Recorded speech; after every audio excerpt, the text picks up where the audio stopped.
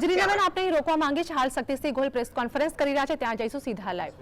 પક્ષના ઉપનેતા ભાઈ શૈલેષભાઈ, આદરણીભાઈ શ્રી મનીષભાઈ, હેમાંગભાઈ, વિમલભાઈ, પ્રેસ અને મીડિયાના મિત્રો, આપ સૌનું હૃદયપૂર્વક આજની પ્રેસ કોન્ફરન્સમાં સ્વાગત કરું છું.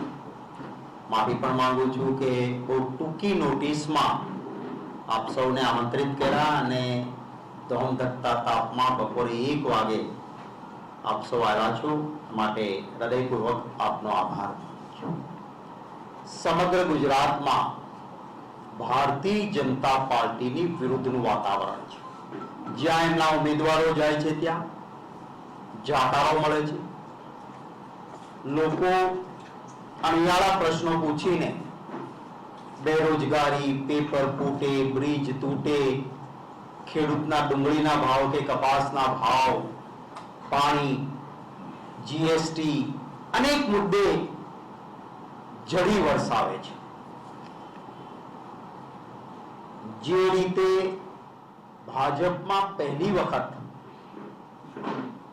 ઘણા સમય પછી આંતરિક વિખવાદ સર પર આવ્યો, સપાટી પર આવ્યો.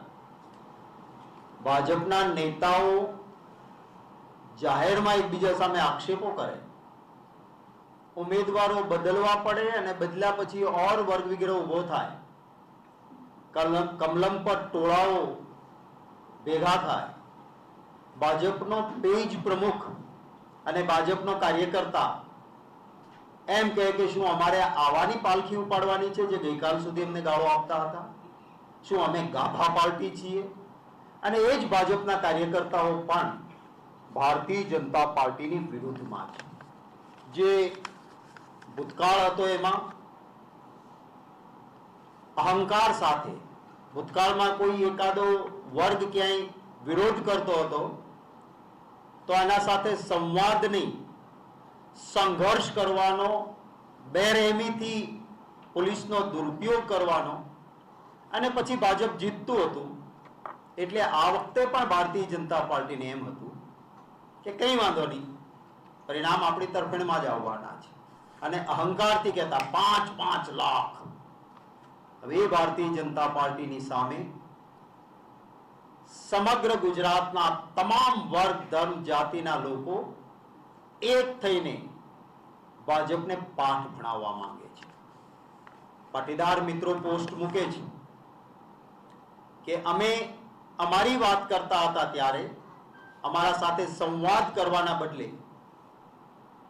જે પોલીસનો દુરુપયોગ થયો, અમારી બહેનો દીકરીઓને ઘરમાંથી કાઢીને એની ઉપર લાઠીચાર્જ થયા. પાટીદાર યુવાનોએ ભાજપના નેતાને જનરલ ડાયરનું બિરુદ આપ્યું હતું. હું પોતે પણ એક સરકારમાં મિનિસ્ટર રહ્યો છું. કોઈ પણ આંદોલન ચાલે ત્યારે, આંદોલન ચાલતું હોય ત્યારે પોલીસે કેમ વ્યવહાર કરવો એ સરકાર એને કહેતી હોય છે. હું પોતે આરોગ્ય વિભાગનો મંત્રી હતો. અમારા ડોક્ટર્સના આંદોલન થતા હું સામેથી કહેતો કે સહેજ પણ બળ પ્રયોગ નહીં, હું સામેથી સંવાદ કરતો અને એનો રસ્તો અમે કાઢતા. પોલીસ પણ પૂછે કે સાહેબ આ છે, શું કરીએ? ભારતીય જનતા પાર્ટીએ લોકશાહીમાં આંદોલન થાય તો સૂચના એવી, મારો પીટો. એ પાટીદાર આંદોલન વખતે એમણે કહ્યું.